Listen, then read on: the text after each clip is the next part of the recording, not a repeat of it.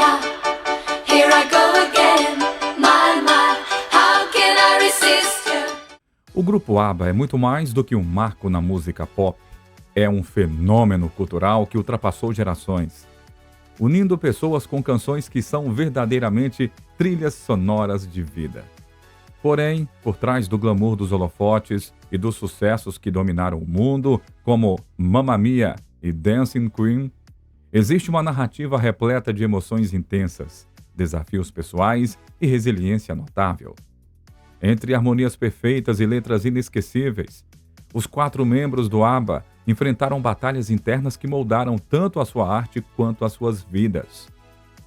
Laços românticos que outrora inspiraram grandes obras se transformaram em pontos de ruptura, enquanto as pressões do estrelato exacerbavam medos, inseguranças e até tragédias pessoais. Cada apresentação e gravação era mais do que um entretenimento. Era um reflexo de força, adaptação e também humanidade. Neste vídeo, vamos explorar de forma bem profunda.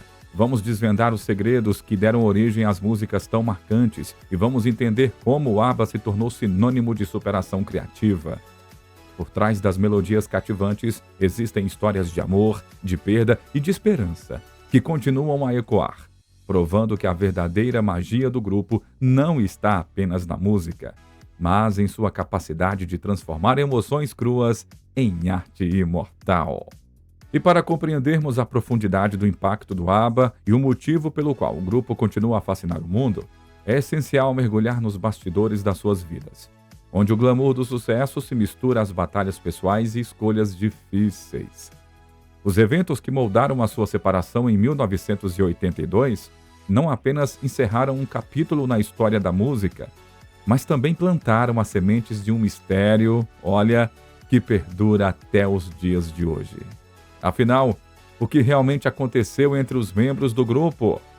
Vamos para o vídeo e descobrir muito mais.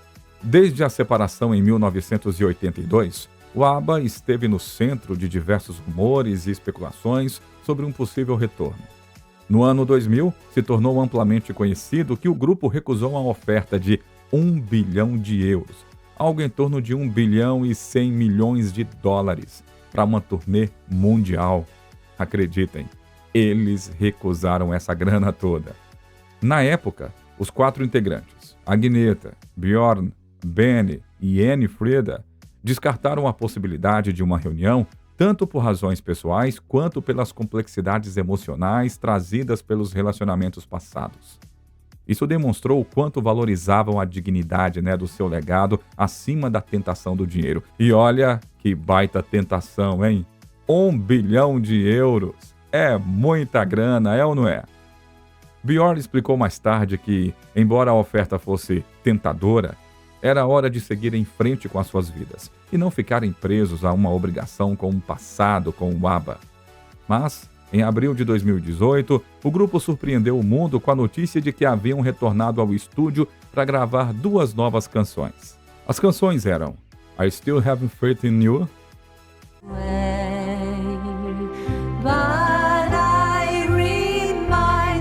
e também a canção Don't Shut Me Down. It's going down, it's getting dark. I realize I'm cold.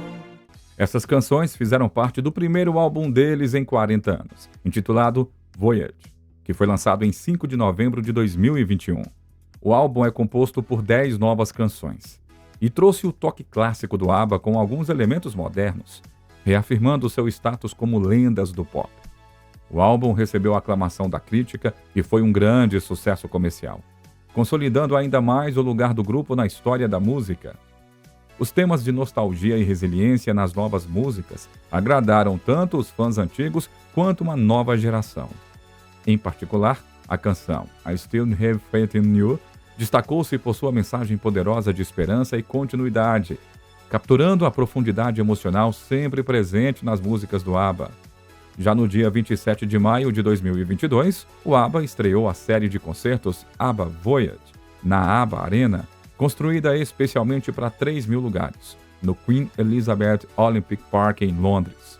Esse novo e dinâmico concerto apresentava avatares digitais dos integrantes, como eles pareciam em 1979, acompanhados por uma banda ao vivo de 10 músicos.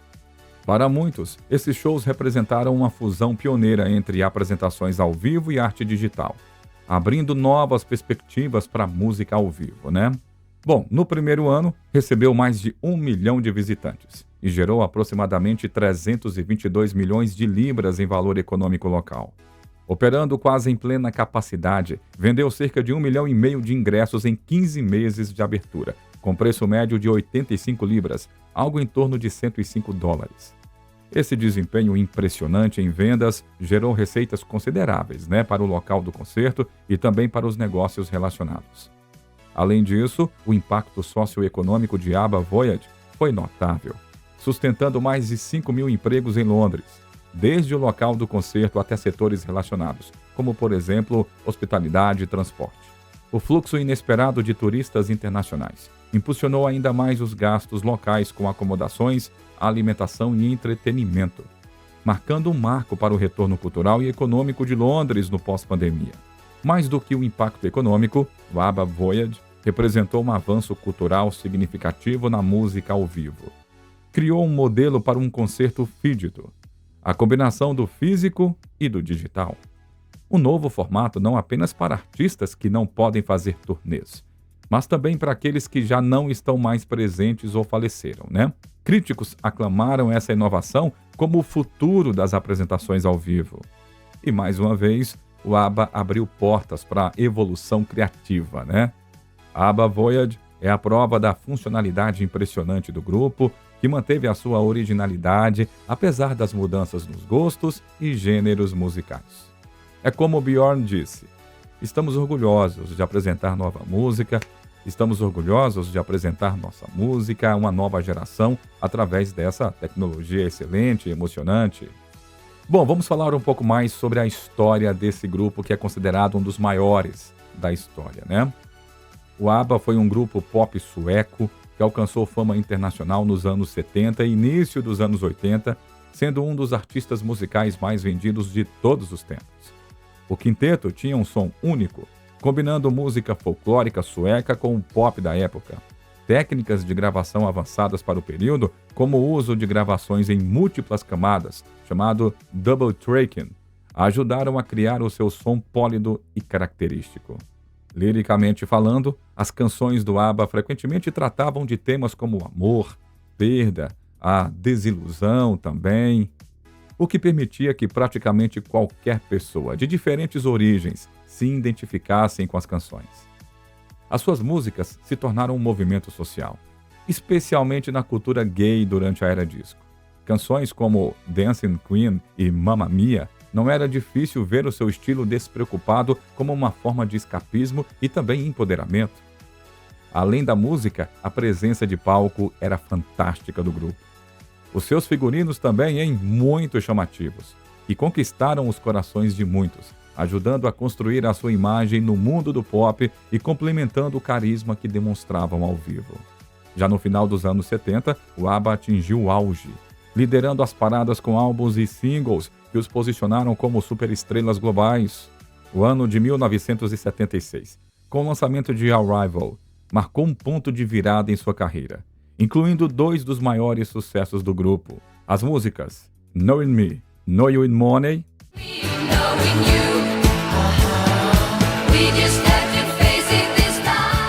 e também um grande sucesso, Money, Money, Money. That's too bad. In my dreams, I have... Bom, mas, apesar do sucesso, as tensões pessoais começaram a surgir entre os membros do grupo. O ABBA era composto por 2 casais, Bjorn e Agneta, e Benny Andersson e Annie Frida. Ambos enfrentavam crescentes desafios pessoais que começaram a afetar a sua colaboração profissional. Além disso, os problemas de dinâmica no grupo foram agravados pela vontade de cada membro de seguir projetos solos, enquanto o constante ritmo de turnês e gravações começava a pesar na saúde mental de todos. A fama tinha o seu preço, e os membros ansiavam por privacidade e uma pausa do implacável foco público.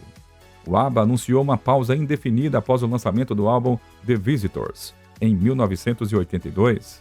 Embora nunca tenham declarado oficialmente o final do grupo, os membros seguiram carreira solo e a distância marcou o fim de uma era.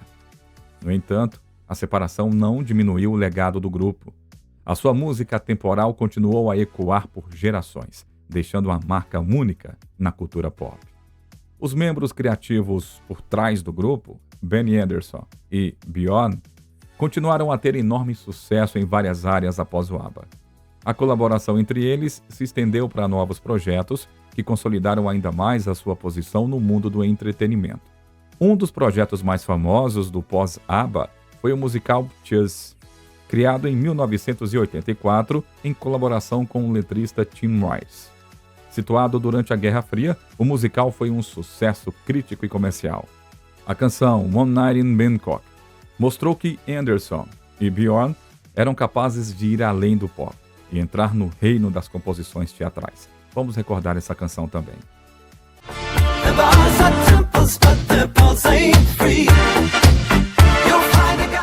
Bom, mas no entanto, sem sombra de dúvidas, o maior sucesso do pós-ABBA foi Mamma Mia. Lançado em 1999, o musical de Jukebox reviveu alguns dos maiores sucessos do ABBA e apresentou suas músicas a novas gerações. O musical foi um sucesso mundial, com múltiplas produções internacionais e uma adaptação cinematográfica em 2008. Além dessas colaborações, Benny e Bjorn também realizaram diversos trabalhos artísticos de forma individual. Benny se dedicou à composição e produção, lançando álbuns solo como Piano, que destacou a sua carreira como pianista e compositor de música instrumental. Muitas vezes, as suas influências clássicas ficavam evidentes, refletindo seus interesses variados no campo musical. Bjorn continuou compondo para musicais e trabalhou em produções para a TV, mantendo uma parceria ativa com Benny e desenvolvendo projetos criativos independentes. Agora eu falo sobre alguns acontecimentos ruins com os membros da banda. Seguida da morte do marido de Frida, apenas um ano após a morte da filha, a sua dor se aprofundou ainda mais em 1999 com o falecimento do seu marido, o príncipe Heinrich Huss. Nascido em 27 de março de 1950 na Suíça, ele foi arquiteto paisagista e representante da antiga Casa Soberana de Reuss. Ele se casou com Frida em 26 de agosto de 1992 e foi um evento muito importante na vida dela, tornando-a oficialmente uma princesa, Condessa de Plauen. Esse amor e companheirismo foram um dos momentos mais brilhantes na vida da cantora Frida nos anos 90.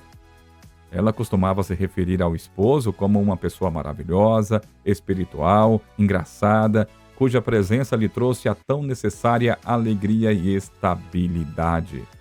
Ele trouxe para a vida de Frida suas duas filhas de um casamento anterior, criando assim um ambiente familiar unido, algo que ela amava profundamente. No entanto, em 1999, o príncipe foi diagnosticado com um linfoma, uma doença que progrediu rapidamente apesar da sua força. Em virtude da sua dura e corajosa batalha contra a enfermidade, ele faleceu em 29 de outubro de 1999, com apenas 49 anos, em Estocolmo, deixando Frida devastada pela segunda vez. Essas perdas consecutivas da filha e do marido jogaram Frida em uma longa fase de luto e total isolamento. Embora ela tenha atestado que Deus, amigos e familiares estiverem ao seu lado durante todo esse período, ela começou a sair um pouco desse estado ao passar mais tempo ao ar livre e se dedicando a boas ações alinhadas aos seus valores. Aos poucos, Frida foi retomando a sua presença na vida pública ao longo dos anos, redescobrindo a sua música e reassumindo a sua posição como uma das vozes icônicas do ABBA. As tragédias na vida de Frida deixaram cicatrizes profundas, principalmente no seu panorama emocional, Mas ainda assim, o espírito indomável e o legado musical de Frida continuam a inspirar.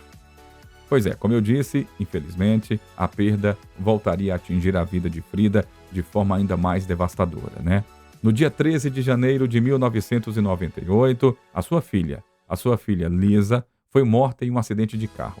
A morte de Lisa foi um desafio emocional imenso para Frida, adicionando-se à dor que já havia enfrentado com a perda da sua mãe anos antes. O acidente teve um impacto emocional, que foi devastador na Frida, acrescentando mais uma camada de tristeza à sua vida. Lisa nasceu em 15 de abril de 1967, filha de Frida e do seu primeiro marido, Ragnar. Lisa era a única filha de Frida, ocupando um lugar especial no coração da mãe durante a sua infância. Ela foi mantida fora dos holofotes, longe do intenso escrutínio da mídia decorrente da fama da mãe como integrante do ABBA, né? Lisa seguiu seu próprio caminho e teve um filho chamado Jonathan. Em um dia fatídico de janeiro de 1998, Lisa se envolveu em um acidente de carro fatal em Livonia, Michigan, e faleceu com apenas 30 anos de idade.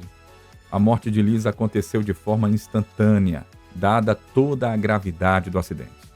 Frida ficou devastada ao ser jogada em uma profunda dor.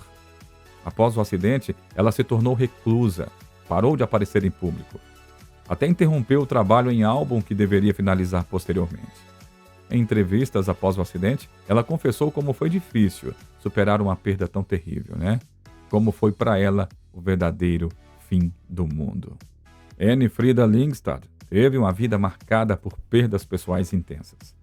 Ela nasceu em 15 de novembro de 1945 em Bellingham, Noruega, em circunstâncias um tanto turbulentas. Pois é. O seu pai, Alfred Haas, era um soldado alemão estacionado na Noruega durante a Segunda Guerra Mundial. Como o navio de Alfred foi dado como afundado durante a viagem de volta para a Alemanha após a guerra, ele foi presumido morto, né? Isso deixou a mãe de Frida, Signe Lyngstad, sozinha para cuidar da filha. Com apenas 18 meses de idade, Frida, sua mãe e a sua avó materna, Agni, se mudaram para a Suécia. Essa mudança ocorreu principalmente devido ao medo de represálias contra pessoas associadas aos alemães durante a guerra. Infelizmente, a mãe de Frida morreu de insuficiência renal no dia 28 de setembro de 1947, quando Frida tinha apenas 2 anos. Desta forma, Frida foi criada exclusivamente pela sua avó na Suécia. A morte repentina da sua mãe foi um choque tão grande para Frida que marcou profundamente o seu mundo emocional e a sua identidade ao longo da vida. Criada por uma avó, Frida teve uma infância cheia de amor, mas sem a presença materna. Essa perda moldou Frida com um forte senso de resiliência e autossuficiência, e foi apenas mais tarde, já na vida adulta, que ela conseguiu refletir sobre como a ausência da sua mãe influenciou a sua visão sobre relacionamentos e a vida em geral, né? Embora os seus primeiros anos tenham sido sombreados por essa perda, a sua avó proporcionou estabilidade, deu o apoio necessário, permitindo que Frida devolvesse o seu amor pela música, algo que logo a levaria à sua carreira de sucesso como uma das vozes icônicas do ABBA. Bom, agora a gente fala sobre Agnetha Fältskog. Após anos de solidão e relacionamento infrutíferos, a vida da cantora teve uma reviravolta surpreendente quando, em 2005, a sua longa amizade com o empresário Bertil Nordström floresceu em um romance. Os dois se conheciam desde os anos 80. Tornar público seu relacionamento deixou o mundo dos fãs do ABBA em êxtase. Nordström trouxe estabilidade, companheirismo para a vida de Agnetha, sendo um empresário de muito sucesso e um amigo próximo da família real sueca. O seu status de alta relevância, que lhe dava acesso ao Palácio Real em Estocolmo, tornou o relacionamento bastante surpreendente. Antes disso, Agnetha havia permanecido fora dos holofotes por anos.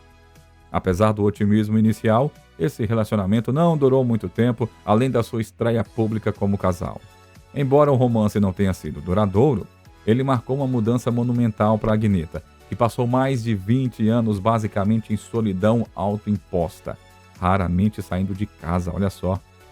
Esse romance com Nordström deu indícios de um novo capítulo em sua vida pessoal, e até mesmo sugeriu a possibilidade de ela superar algumas das perdas pessoais profundas que enfrentou.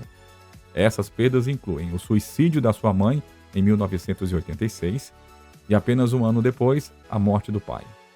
O breve romance com Nordström parecia ter aliviado parte do peso emocional que a Agnetha carregava há tanto tempo. Mas Agnetha e o seu talento musical continuaram, assim como o seu legado, que vive até hoje, tocando os corações de fãs em todo o mundo. O relacionamento com Nordström, embora breve, provou ser um ponto de virada. E pela primeira vez, ela saiu da sua concha, deixando as sombras das suas memórias sombrias para viver um momento de muito amor. A mãe de Agneta, Birgit, que lutava contra a depressão, faleceu tragicamente, levando a especulações sobre a sua saúde mental e as circunstâncias em torno da sua morte. Anos de problemas conjugais com o pai de Agneta, o Ingvar, agravaram a saúde mental de Birgit, já que Ingvar tinha problemas com álcool, o que prejudicava o casamento, né? Essa triste ocasião foi um golpe para Agneta, que não revelou como a sua mãe morreu por mais de uma década em sua autobiografia. Após a morte da mãe, Agneta visitou seu pai várias vezes, embora ele já estivesse em algum tipo de casa de cuidados especiais devido ao agravamento da sua saúde, pois o seu alcoolismo havia causado uma ruptura na família muito antes da sua morte. O falecimento de Birgit simplesmente fez Agneta se sentir ainda mais alienada. Mais tarde, ela confessaria que se sentiu completamente sozinha no mundo quando a sua mãe morreu e lidou com seu trauma em solidão. Como se a morte da sua mãe não fosse um golpe suficiente, no ano seguinte, 1995, o pai dela faleceu devido a complicações relacionadas ao alcoolismo. Ingvar, um operário de fábrica aposentado, passou muitos anos enfrentando problemas com a bebida e assim contribuiu para o colapso do seu casamento, deixando Agneta com um avassalador senso do abandono. A morte dos seus pais, sendo uma experiência emocionalmente devastadora, aumentou ainda mais o seu comportamento recluso, é o que disse o biógrafo da vida da cantora. Desde o momento em que a sua mãe se suicidou, tudo nela mudou. Ela se isolou do mundo, e foi então que as pessoas notaram o quanto ela havia se tornado estranha. O retraimento de Agneta foi uma forma de proteção. Enquanto lutava contra o luto não resolvido e demônios pessoais, a sua dor a levou a encontrar maneiras de expressá-la, até mesmo através da sua música. Em 2004, ela lançou My Coloring Book, um álbum com as suas próprias versões das músicas mais importantes dos anos 60. Com uma voz doce e suave, carregando uma profundidade de emoção, ela cantava sobre saudade, cantava sobre nostalgia. Neste álbum, os ouvintes imediatamente perceberam uma pista do que esteve oculto por todos esses anos em seu panorama emocional. Embora a perda tenha atingido a sua vida, a brilhante resiliência de Agneta emergiu enquanto a sua música continuava a ressoar com os fãs. A vida amorosa de Agneta estava longe de ser a única fonte dos seus fardos emocionais. Durante a sua carreira, mesmo sendo a voz mais celebrada da sua geração, ela lutou contra grandes inseguranças. O fim do ABBA e o divórcio abalaram profundamente a sua autoestima. Ela era uma pessoa reservada e não gostava de ser empurrada para os holofotes, o que enfraquecia ainda mais a sua já frágil confiança, construída com base em sua imagem pública. A sua fobia de voar, olha só, uma cantora ter fobia de voar, não dá, né? Agravada por uma experiência aterrorizante durante uma tempestade elétrica, aumentou ainda mais o seu isolamento. Somando-se a seus demônios internos, estava uma percepção de competição com a sua colega do ABBA, a Anne Frida. Embora as duas cantoras sempre tenham sido cordiais em público, Agneta admitiu que seus temperamentos e origens opostos geravam tensões entre elas. Ela disse o seguinte: Frida e eu tínhamos origens, temperamentos e personalidades opostas, acrescentando que por vezes ficavam furiosas e cansadas uma da outra, o que também é super natural, né, gente? Outro problema extraordinário era o desconforto de Agneta com a língua inglesa. Embora o seu domínio fosse suficiente para se apresentar em qualquer palco internacional, ela ainda se sentia muito insegura.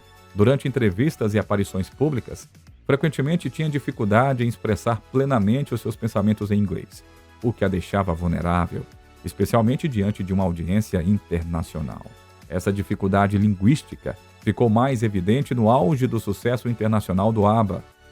Como não era falante nativa, o inglês exigia muito de Agneta, que precisava se apresentar mantendo intacta a imagem impecável do grupo. Essa pressão fazia com que ela evitasse exposições públicas ou situações nas quais se sentisse incapaz, alimentando ainda mais as suas tendências reclusas e protegendo-se do olhar público. O relacionamento entre Agneta e Björn começou em 1969 e culminou em casamento em 1971. E olha, Podemos dizer que foi uma união perfeita, né? Que resultou em 2 filhos e um triunfo musical inigualável. No auge da ascensão mundial do ABBA, as suas vidas pessoais e profissionais se misturavam, criando a ilusão de uma harmonia perfeita, o casal perfeito, né? No entanto, nos bastidores, as tensões aumentavam. Em 1979, no auge do sucesso do grupo, o casamento terminou. Inicialmente apresentado como uma separação amigável, o divórcio foi emocionalmente exaustivo para os dois. Mas apesar de todos os conflitos pessoais, Agnetha e Björn permaneceram unidos de forma profissional, né? Seguiram no ABBA. Mas, ao passar do tempo, cantar canções juntos tornou-se cada vez mais difícil, principalmente para ela. Afinal, os sentimentos que ecoavam em cada canção, como tristeza e perda, eram intensamente próximos da sua realidade. Mesmo em meio aos problemas conjugais, o casal continuou sendo a espinha dorsal dos sucessos do ABBA. As suas capacidades de separar conflitos emocionais da colaboração profissional foi crucial para o legado duradouro da banda. Em 2022, uma reviravolta inesperada na vida de Björn aconteceu quando ele apresentou ao mundo a sua nova namorada, Christina Sass, 28 anos mais jovem. Os dois estavam namorando desde a promoção do álbum Voyage do ABBA, no qual Christina trabalhava na Universal Music. Eles então apareceram juntos pela primeira vez em público. E Björn anunciou que Christina era uma grande presença em sua vida e expressou felicidade com essa nova conexão. Para Agnetha, a felicidade pessoal foi muito mais difícil de alcançar após o divórcio em 1980. Embora sua vida após a separação tenha despertado grande interesse dos fãs e da mídia, ela se envolveu em uma série de relacionamentos complicados. No início dos anos 80, teve um breve romance com o jogador sueco de hóquei no gelo, Peter Cedergren. Em 1990, se casou de forma bastante discreta com o cirurgião Thomas Sonnenfeld. O casamento foi tão reservado que o público só soube dele após o divórcio, em 1993. Olha só. Um dos relacionamentos mais improváveis de Agnetha começou em meados dos anos 90, quando ela se envolveu com Ger van der Graaf, um operador de empilhadeira holandês, olha só, e fã fervoroso do ABBA. Van der Graaf teria perseguido incansavelmente Agnetha por 2 anos antes de, em 1997, eles tornarem pública a sua relação romântica. E também vamos falar, claro, sobre o relacionamento amoroso, né, entre Benny Andersson e Annie Frid Lyngstad, que formaram seu relacionamento em Estocolmo, lá em 1972. Vale lembrar que o ABBA, né, consistia em Agnetha, Björn, Benny e Annie Frida. O nome do grupo foi derivado das primeiras letras dos nomes de cada um dos membros, né? Isso todo mundo já sabe, é ou não é? A partir daí, o grupo ascendeu ao estrelato internacional, acumulando uma sucessão de sucessos globais. Mas apesar desses sucessos coletivos, os relacionamentos dentro do ABBA não estavam isentos de tensões. Um dos desafios mais significativos foi o rompimento do relacionamento romântico entre Benny e Annie Frida, que começou de forma tão apaixonada, tão produtiva, mas declinou ao ponto de se separarem em 1980 e se divorciarem em 1981. Como a própria Frida mencionou, ela disse assim: "Agora que Benny e eu terminamos, podemos trabalhar muito melhor juntos. Nosso relacionamento não é tão intenso como era, mas ainda estamos em contato." Essa colaboração criativa acabou se tornando a base do sucesso do ABBA, contribuindo para a venda de mais de 380 milhões de discos em todo o mundo. Benny e Frida foram membros essenciais do ABBA. As suas contribuições para a banda foram imensas. Em 1971, o casal co-criou o musical e filme Mamma Mia. Embora o relacionamento entre eles tenha tido altos e baixos, a parceria criativa entre eles os consolidou como um dos casais mais fabulosos da música pop, e isso ninguém pode negar, né? A relação entre Benny e Frida exemplifica como o talento e a criatividade podem superar as adversidades pessoais, gerando colaborações que marcaram gerações. Pois bem, décadas depois, esse espírito colaborativo ressurgiu com força total, mostrando que a conexão que uniu o grupo nunca desapareceu completamente. A tão esperada reunião do ABBA, com o ABBA Voyage, reafirmou a sua relevância cultural e provou que a sua capacidade de se reinventar é tão impactante quanto as suas contribuições originais à música. A reunião do ABBA e a estreia do ABBA Voyage não apenas reacenderam o interesse por suas canções, mas também demonstraram a capacidade do grupo de se adaptar às tendências em constante mudança no setor do entretenimento. Os novos singles e as inovadoras performances dos concertos conquistaram tanto os fãs antigos quanto os novos. As histórias de amor, separações e reconexões que definem o ABBA permanecem vivas, oferecendo um vislumbre de como desafios podem se transformar em obras-primas. Bom, enquanto refletimos sobre tudo o que construíram, uma pergunta surge. O que o futuro reserva para esses ícones imortais, hein? O ABBA provou que, na música e na vida, o fim nem sempre é definitivo. Com o retorno inesperado do álbum Voyage e a revolução tecnológica dos shows, o grupo ABBA reacendeu a chama de milhões de fãs e abriu portas para um futuro onde a tecnologia e a nostalgia podem trabalhar juntas, né? Mas as perguntas seguem. Quais outros capítulos essa trajetória pode escrever? Será que o ABBA ainda guarda surpresas em sua caixa de tesouros criativos? E como a sua reinvenção pode inspirar artistas em um mundo onde a música está sempre evoluindo, hein? As histórias de amor, separações e reconexões que marcaram o ABBA oferecem uma lente para entender a resiliência humana. É ou não é? E o que significa para o público redescobrir sua arte em tempos de mudanças culturais globais? Enquanto refletimos sobre tudo que o ABBA construiu, é impossível não imaginar o que está por vir. E assim, encerramos o nosso vídeo de hoje. Muito obrigado mais uma vez pela sua companhia por aqui. Eu te espero no nosso próximo vídeo, hein? Até lá!